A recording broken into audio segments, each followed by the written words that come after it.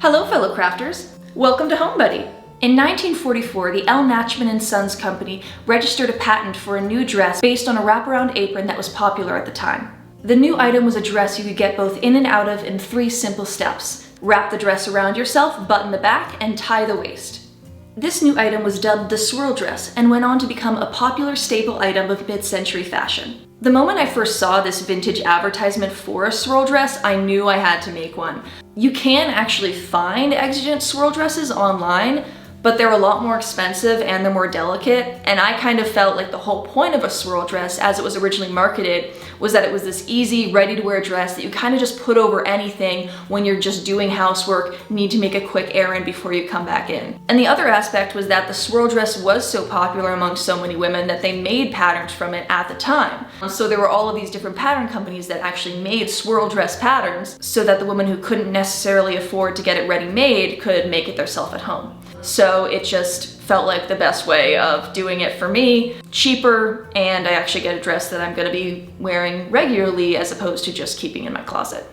I was able to get a second-hand pattern off of Etsy, but unfortunately some of the paper is so old that it tore just by me taking it out of the box, so I'm going to actually put this back together and then trace it onto some regular paper so that I'll feel a little bit more confident actually putting it on a fabric and then cutting it out. I'm repurposing some cotton bed sheets I got in an estate sale since the fabric already feels a little vintage. I cut out all the pattern pieces before marking and remarking the dart points for both the front and back of the bodice. As you can see, I kind of misdrew them the first time, so I redrew them and the orange and yellow lines are the correct ones. Okay, so here are all of the pattern pieces cut out. You can see I have the 2 front skirt pieces, the 2 back skirt pieces, the 2 pockets pieces, the front and back bodice pieces, the stabilizing piece that goes like along the collar and the back of the dress right here, and the 2 strap pieces right here and right here. I sewed all of the darts for the bodices first because I wanted to get them out of the way as soon as possible.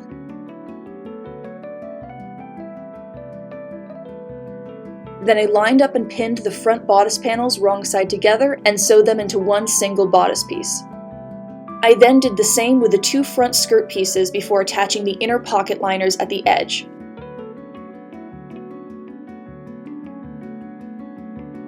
Then I flipped and pressed the lining flat before adding in the pocket backing. Once they were all attached and ready to work, I could focus on attaching the top and bottom waistbands to each other, completing the front of the dress pattern. From there, I attached the back 2 bodice panels to the shoulders of the front bodice and ironed them flat into one large panel. I sewed a 1/4 inch baby hem around the raw edge of the lining panels before carefully pinning and sewing them wrong sides together to the edge along the collar.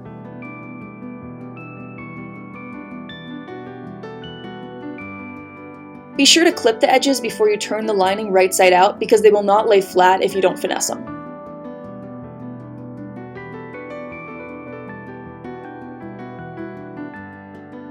I also hemmed the sides of the back skirt pieces where they would fold over each other, so I wouldn't have to fix them after they were attached.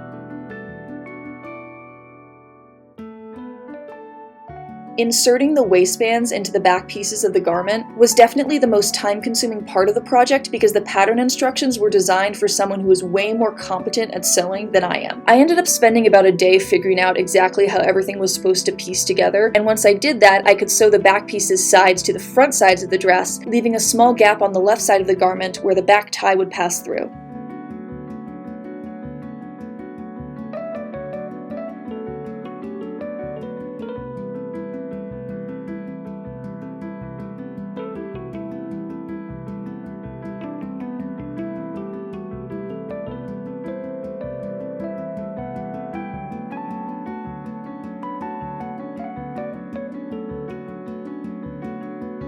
After that, it was a simple matter of hemming both the sleeves and skirt of the dress evenly and attaching a single button to the back of the garment to keep everything from slipping.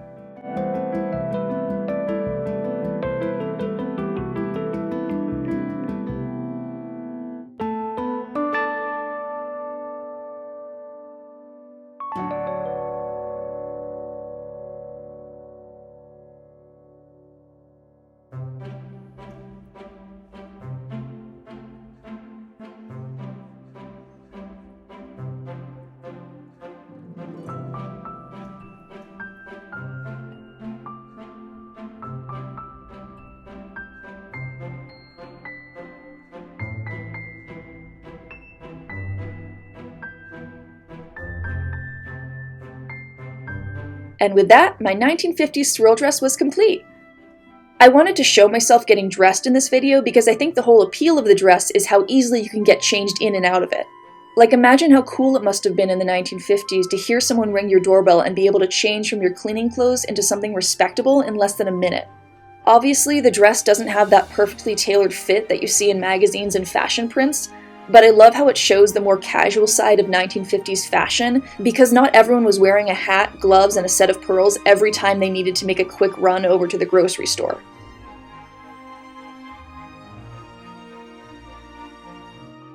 Thank you so much for watching. If you like this video, go ahead and give it a like and subscribe for even more content. I know I've been away for like literally forever. I don't really have an excuse outside of the fact that like I got a job and then I got another job and I've just been procrastinating. I've been procrastinating and I got a job and I've been using that job to procrastinate on all the things that I actually like, because it's a lot easier to do the things that you have to do to like keep yourself alive than it is to do the things that keep you creatively fulfilled. So that's why I've been away. I'm getting back into it. Subscribe for more stuff. I am going to be updating this semi-regularly from now on. That is my commitment to you. And again, thanks so much for watching. Goodbye!